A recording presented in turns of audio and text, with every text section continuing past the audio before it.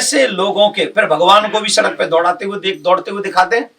इन सभी लोगों पे जो केस चलेंगे वो सनातन बोर्ड में चलेंगे और ये दंडनीय अपराध माने जाएंगे सनातन बोर्ड बनने के बाद। और जो सबसे अहम है, आज जो हमारे समाज में जो हमारी बहन बेटियां सुरक्षित हैं, हमारी बहन बेटियों को कोई तिलक लगाकर, कोई कलावा बांधकर हिंदू बनकर आते हैं और हमारी बहन बेटियों को ले जाते हैं और उनके 36 टुकड़े करते हैं। ऐसी व्यवस्था को सनातन बोर्ड निर्धारित करेगा कि सनातन बोर्ड के माध्यम से ऐसे युवा और युवतियों का विवाह मात्र सनातनी परिवारों में ही मान्य होगा और जो सनातन परिवार को छोड़कर ब्याह करेंगे उनका विवाह सनातनी बोर्ड में मान्य नहीं होगा। ऐसी व्यवस्था उक्त मुख्य बिंदुओं के साथ अन्य विषयों को भी सनातन बोर्ड के दायरे में लाया जाएगा, जिनके लिए संत एवं धर्म गुरुओं के सुझाव जो आ चुके हैं वो इसमें इन्वॉल्व हैं और जो नहीं आए हैं वो प्रयागराज में महाकुंभ में सनातन बोर्ड का अंतिम प्रारूप सामने रखा जाएगा। देश के विभिन्न स्थानों पर सनातन बोर्ड पर जन जागरूकता का अभियान चलाया जा रहा है। इसी कड़ी में कानपुर में श्रीमद् भागवत कथा जो चल रही है 29 तारीख को यहाँ पर कल माने 29/2024 में सनातन संत सम्मेलन होगा। 2-2:30 बजे से लेकर 3:30 बजे तक वो संत सम्मेलन चलेगा, जिसमें सनातन बोर्ड की मांग सभी धर्माचार्य संत यहां पर भी करेंगे। और इसी को 30 नवंबर को 4 बजे सनातन पद यात्रा पूरे हजारों लोगों के साथ मोती झील पार्क से निकाली जाएगी और उसमें हजारों लोग सनातन बोर्ड के लिए पैदल शांति यात्रा करेंगे, सनातन यात्रा करेंगे। आप सब मीडिया बंधुओं से हमारा निवेदन है, इन दोनों चीजों को आप समाज तक पहुंचाएं और ये प्रिंट हमने आपके लिए भेजा है, बनवा दिया है, आप लोग इसे छापें कि सनातन बोर्ड की रूपरेखा ऐसी होगी। और भी इसमें जो सुझाव देंगे वो घटाए बढ़ाए जा सकते हैं धर्माचार्यों के माध्यम से, सरकार के माध्यम से और मीडिया के सामाजिक जितने भी लोग हैं वो भी अगर अच्छी सलाह सनातन को बढ़ाने के लिए देंगे, उनकी भी बात को मान्यता दी जाएगी। धन्यवाद।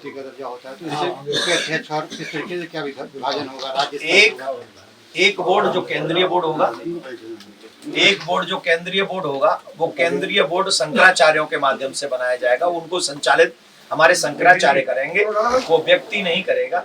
दूसरा, फिर प्रादेशिक के तौर पे, क्योंकि जितने भी प्रदेश हैं सभी प्रदेशों में भी वो सनातन बोर्ड होगा और वहां के जितने भी धर्माचार्य हैं जिस जगह के, अब जो प्रदेश में आ जाएगा तो फिर वो डिस्ट्रिक्ट में भी आएगा, तो डिस्ट्रिक्ट के अलग पदाधिकारीगण होंगे, प्रदेश के अलग पदाधिकारीगण होंगे। तो बोर्ड व्यवस्था धर्माचार्यों के ही हाथ में, समाज सेवियों के हाथ में। और आगे की व्यवस्था भी हम देखेंगे कि जो इस हिंदू संगठन है बड़े बड़े जो पूरे देश में सनातन की रक्षा कर रहे हैं, धर्माचार्यों के साथ साथ उन बड़े बड़े हिंदू संगठनों को भी इस ट्रस्ट में, इस बोर्ड में लिया जाएगा और उनकी भी अहम भूमिका इसमें रहेगी। बोर्ड के सदस्यों को अधिकार क्या रहेंगे, कैसे अधिकार उनको मिल पाएंगे कि मतलब अपनी बात कहीं पर रख पाएंगे, बात की सुनवाई हो? क्यों नहीं, वो सारे अधिकार होंगे जो वक्फ बोर्ड के लोगों को हैं। वक्फ बोर्ड के लोगों को जो अधिकार हैं सनातन बोर्ड के, ये व्यवस्थाएं किससे होंगी? जो मैंने अभी इतने नियम बताए हैं आपको, कहां से संचालित होंगे? ये सारे पहले तो हिंदू देवी जितने भी देवालय हैं, जितनी भी भूमि है, जितनी भी भेंट है, वो सभी उस बोर्ड के अंदर आएंगे और उसका संचालन यही लोग करेंगे जिनको मैं बता रहा हूँ, शंकराचार्य इत्यादि, वो सभी इसमें करेंगे। और वो सारे अधिकार होंगे जो आज वक्फ बोर्ड के पदाधिकारियों को हैं। नहीं, हमने इसमें एक अहम बात ये रखी है, वक्फ बोर्ड में सरकारी पदाधिकारी होंगे पर सनातन बोर्ड में सरकारी कोई पदाधिकारी नहीं होगा। ये इसमें भिन्नता होगी। अब आप, अगला क्वेश्चन आपका ये होगा क्यों? वक्फ बोर्ड में तो है, इसमें क्यों नहीं होगा? तो उसके पीछे रीजन में हजारों बार टीवी चैनलों पे दे चुका हूं। वक्फ बोर्ड सिर्फ जमीन की देखरेख करता है। मस्जिद में, दरगाह में उनका खुदा नहीं रहता है, वो बंदगी के ग्रह हैं। तो जो बंदगी, जो प्रार्थना वो लोग करते हैं वो घर में भी कर सकते हैं, उनका खुदा वहां नहीं रहता है। लेकिन मंदिर में भगवान रहते हैं, हमारे कृष्ण रहते हैं, हमारे राम रहते हैं, हमारी देवी रहती है। और मंदिर की व्यवस्था, भगवान की व्यवस्था एक सरकारी ऑफिसर नहीं कर सकता, सरकार नहीं कर सकती। अभी दूसरे धर्म को मानने वाला ही तो सीएम था जिसने ये गड़बड़ की, वही तो प्रेसिडेंट था वहां का। उसने दिया क्या हमारे समाज को? जो गलती हो चुकी है उसी गलती को हम पुनरावृत्ति नहीं कर सकते। सनातन बोर्ड की मांग इसीलिए कर रहे हैं क्योंकि उन्होंने ही अपराध किया है। अगर ये अपराध किया नहीं होता तो आज ये मांग ही नहीं होती। वो व्यवस्था सही से कर लेते तो आज ये और आजादी के बाद 75 साल हो गए, हमारी भावनाओं, हमारी पूजा, हमारी पद्धति किसी को चिंता नहीं है। हम इस देश के नागरिक हैं कि नहीं? संविधान कहता है इक्वल राइट सबको हैं, तो इक्वल राइट्स हमें क्यों नहीं मिले? जब वक्फ बोर्ड बन गया तो सनातन बोर्ड क्यों नहीं बना? महाराज जी एक चीज क्लियर नहीं है, ये गठन सरकार करेगी बाई एक्ट। हाँ, बाई एक्ट। जो संविधान ने वक्फ बोर्ड को, जो बाई एक्ट सरकार ने एक्ट बनाकर वक्फ बोर्ड को मान्यता दी है, वही एक्ट के माध्यम से सनातन बोर्ड को भी मान्यता दे। ये सांसदों का काम है। और हम आज आपके चैनलों के माध्यम से प्रार्थना करते हैं, सदन चल रहा है, तमाम मुद्दे उठ रहे हैं, कई बार सदन को चलने नहीं दिया जा रहा है। हम निवेदन करेंगे सभी सांसदों से कि आपको जिन लड़ाई को लड़ना है वो लड़ते रहिएगा, बंद कराइए, चलाइए, पर उससे पहले सनातन बोर्ड, कोई भी सदन स्थगित हो उससे पहले आप सनातन बोर्ड के ऊपर चर्चा करें। और सनातन बोर्ड हम सब सनातनियों को, धर्माचार्यों को, जगत गुरुओं को, शंकराचार्यों को, महामंडलेश्वरों को, धर्म प्रचारकों को, सनातनियों को जो 100 करोड़ है, पहले उस पर चर्चा आप अवश्य करें। ये हम सभी सांसद महोदयों से प्रार्थना करते हैं। महाराज जी कल एक दिल्ली हाई कोर्ट में याचिका दाखिल की गई थी ये सनातन बोर्ड के गठन को लेके, वो खारिज कर दी गई है। एक जनहित याचिका दायर हुई थी, हाँ। वो खारिज कर दी गई है। नहीं, उन्होंने क्या कहा? उन्होंने कहा है कि ये मुद्दा कोर्ट का नहीं, सांसद के पास जाएं आप। हाँ, तो उन्होंने यही कहा है ना। जी। तो जिन्होंने भी किए वो थोड़ा जल्दबाजी में चले गए होंगे, सनातन बोर्ड के गठन के लिए वो थोड़ा जल्दबाजी में चले गए होंगे। तो हमें तो बताया भी नहीं किसी ने, हमें तो, क्योंकि सनातन बोर्ड की बातें दिल्ली से शुरू हुई है 16 नवंबर से, और सनातन बोर्ड के लिए कोई पहले चला गए वो हमें पता नहीं है, पूरी जानकारी मालूम नहीं है, और इसके विषय में हम ज्यादा नहीं बोलेंगे। पर सुप्रीम कोर्ट ने अगर ये कहा है कि आप सांसदों के पास जाइए, हाई कोर्ट ने कहा, दिल्ली हाई कोर्ट ने अगर ये कहा है कि सदन में जाइए, तो हम तो वही रास्ता अपना रहे हैं, पहले सदन में जाएंगे, और जब सदन स्वीकार नहीं करेगा then we will go to high court and supreme court. एक कल वहाँ पे अंतर्राष्ट्रीय धर्म सम्मेलन भी हुआ है वहाँ पर मथुरा में, उसमें ये कहा गया है कि वो जिस तरीके से संभल के लिए मस्जिद की जांच तो सर्वे के लिए कहा गया है, वैसे ही मथुरा पे भी कराई जाए। नहीं, मथुरा के लिए तो एप्लीकेशन डाली हुई है, जिस दिन सुनवाई होगी उस दिन मथुरा की भी सुनवाई होगी, जांच होगी। और सुन लीजिए, संभल जैसा कांड मथुरा में नहीं होगा, जांच भी होगी, मुक्त भी होगी, और मथुरा में मंदिर का निर्माण भी होगा। एक बार कोई जज साहब सिर्फ एक बार कैमरा भेज दें, वहां सब कुछ प्रत्यक्ष है, वहां कुछ छिपा हुआ नहीं, प्रत्यक्षम किम प्रमाणम। तो जब वहां जाएंगे ना, कैमरा जाएगा, उसी दिन जज साहब चाहें तो ऑर्डर कर सकते हैं, इतना प्रत्यक्ष है वहां मथुरा में। तो मथुरा में ये मंदिर निर्माण होगा ही होगा। अब ये देखना है कि हमारा कोर्ट हमारी बात कितनी जल्दी सुनता है, पहली बात। दूसरी बात, जामा मस्जिद की सीढ़ियों में जो ठाकुर जी हैं, एज हिस्ट्री सेड, तो उसकी भी जांच होनी चाहिए, क्योंकि भारत में मेरे कृष्ण का अपमान सीढ़ियों के नीचे दब के नहीं हो सकता, और ना ही किसी सनातनी से बर्दाश्त होगा। इसीलिए सनातन बोर्ड मांग रहे हैं ना। जैसे ही सनातन बोर्ड बन जाएगा तो जहां जहां हमारे ईश्वर की जगह है, स्थान है, वहां सनातन बोर्ड के अंडर ही ये सारे केसेज आ जाएंगे। इससे तो कोर्टों के बोझ हल्के होंगे, इससे तो कोर्टों के बोझ हल्के हो जाएंगे। तो कोर्टों को तो जल्दी बनवा के दे देना चाहिए। अपने ऊपर काहे बोझ ले रहे हो? कुछ बोझ हम धर्माचार्यों के ऊपर छोड़ दो, धर्म की व्यवस्था को धर्माचार्यों पे छोड़ दो, हम देख लेंगे, हम हैंडल कर लेंगे। तो हम तो चाहते हैं कि सनातन बोर्ड का ये कोर्ट हो और इसके माध्यम से हम इस चीज को आगे बढ़ाएं।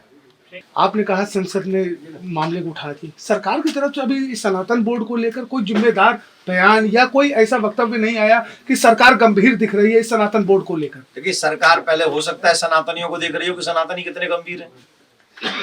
सरकार भी तो कदम तभी उठाएगी ना जब देख लेगी कि हाँ सनातनी गंभीर है, तो फिर सरकार गंभीर हो जाएगी। अब जब तक हम सनातनी गंभीर नहीं होंगे तब तक सरकार भी गंभीर नहीं होगी। पब्लिक गंभीर थी तब न राम मंदिर बना है, पब्लिक सनातनी गंभीर हुए तो राम मंदिर बन गया, सनातनी गंभीर होंगे तो सनातन बोर्ड बनेगा।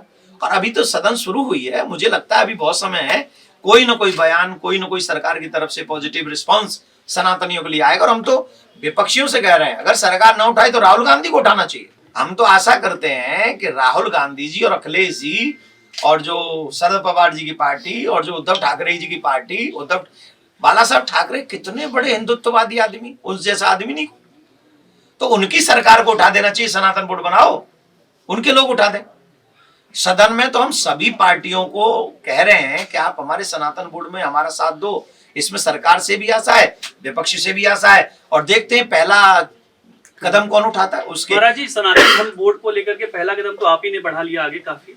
आप बताइए कि आप जो भगवताचार्य जो है जितने भी, उन सब के बीच में भी एक राय बन रही है कि इस मुद्दे पर सब लोग एकजुट होकर के सामने आए। जितने मुखर होकर के आप आ रहे हैं उतने मुखर होकर बाकी लोग भी नहीं आ पा रहे हैं अभी। बाकी मेरी तरह मुखर नहीं हो रहे होंगे, पर सबके फेसबुक पेज और यूट्यूब और सब चेक करवा लो, सबने कह दिया कि सनातन बोर्ड बनना चाहिए। और अब तो हर सनातनी भी डाल रहा है कि हाँ सनातन। और आपके चैनलों के माध्यम से एक बार निवेदन और करूंगा, जो सनातनी चाहते हैं वो भी डालिए। आप लोग जो सोशल मीडिया पे डालते हैं ना, इसका भी बहुत बड़ा इफेक्ट होता है कि सरकार सोचती है कि हमारे लोग चाहते हैं कि सनातन बोर्ड बने। महाराज जी, आपकी इस मुद्दे पे कई सारे भगवताचार्यों से बातचीत होगी। कौन कौन से ऐसे प्रमुख लोग हैं जो आपके इस अभियान में सहयोग देने को तैयार हैं? देखिए, आप एक बात समझिए, 16 नवंबर को जब ये धर्म संसद हुई थी तो शंकराचार्य भगवान, द्वारकापीठ के शंकराचार्य भगवान वहां उपस्थित थे। ठीक। दूसरा, 13 अखाड़ों के अध्यक्ष श्री रविंद्रपुरी जी वहां उपस्थित थे। गीता मनीषी श्री ज्ञानानंद जी महाराज वहां उपस्थित थे। ठीक। गंगा आरती करने में हमारे कहें कि आज के युग के भागीरथ श्री मुनि जी वहां उपस्थित थे। जैन मुनि वहां उपस्थित थे। सिख समुदाय के लोग वहां उपस्थित थे। और कथाकारों में एक से कथाकार वहां उपस्थित थे। श्री प्रदीप मिश्रा जी वहां उपस्थित थे। तो प्रदीप मिश्रा जी छोटा फेस है आपके हिसाब से? महाराज जी, इस तरह आप मंचों से जिस तरह आप आह्वान करते हैं लोगों से, उस तरह तो वो लोग नहीं कर रहे हैं। नहीं, वो नहीं कर रहे हैं तो वो करेंगे। आप लोग थोड़ा सा कैमरा उनके सामने लेके जाएंगे तो वो भी करेंगे। जैसे आप मेरे आगे लगा देते हो कैमरा, वैसे थोड़ा हर जगह जाके आप भी एक क्वेश्चन कीजिए, सनातन बोर्ड का आप क्या कहते हैं। सब लोग चाहते हैं, सभी लोग जो धर्माचार्य हैं, जो कृष्ण को मानते हैं, राम को मानते हैं, नारायण को मानते हैं, वो सब चाहते हैं कि सनातन बोर्ड बने और सनातनियों की सुरक्षा हो। इसमें कोई दो राय नहीं। सभी धर्माचार्य अपने अपने हिसाब से इस कार्य को कर भी रहे। कई प्रदेश ऐसे हैं जहां से हम लोग भगा दिए जा रहे हैं। संबल आपके सामने है, बैयर भी पत्थर फेंक रही है, वीडियो देख चुके हम तो। बैयर भी पत्थर मार रही है पुलिस वालों में। एक आध कैमरामैन में भी लगा होगा, हमको लग रहा है पत्रकारों में भी लगे होंगे। इतने पत्रकार जाते हैं बेचारे, किसी दिन चोट आपको भी लगती होंगी। ये कहां से आ रहा है? मैं फिर कह रहा हूं, ये देश हिंदुओं का है, ये देश सनातनियों का है, और ये देश मेरी माटी है। यहाँ मेरी सभ्यता है, यहाँ मेरी संस्कृति है। इस मेरी संस्कृति पे बाहरी आक्रांताओं की विचारधारा नहीं चलेगी, नहीं चलेगी। इसके लिए अगर आप मुझे समाप्त करना चाहते हैं, आई एम रेडी। आप देश की संस्कृति को नहीं मार सकते। ये देश की संस्कृति भारतीय है, सनातनी है और संस्कारों से युक्त है। ये भारत राम कृष्ण ऋषि मुनियों की पवित्र भूमि है। इसको रक्त रंजित नहीं होने देंगे। संबल हिंसा के लिए किसको महाराज जी दोषी मान रहे हैं? कोर्ट के आदेश पर अगर पत्थरबाजी हो रही है, सरकारी एजेंसियों पर अगर पत्थरबाजी हो रही है, ये बाहरी विचारधारा है। वही लोग टीवी चैनलों पर आकर कहते हैं भाईचारा निभाओ, भाईचारा निभाओ, यही कहते हैं ना। और ऊपर से पत्थर बरसाओ, यहां भाईचारा निभाओ, ऊपर से पत्थर बरसाओ। ये सिर्फ एक प्लानिंग है। इस प्लानिंग को हर सनातनी को समझना है, सरकारों को समझना है, कोर्ट को समझना है, और कोर्ट को समझ के, सरकारों को समझ के, सनातनियों को समझ के ऐसा कदम उठाना चाहिए जिससे हमारा देश खतरे में न पड़े। बहुत बहुत धन्यवाद।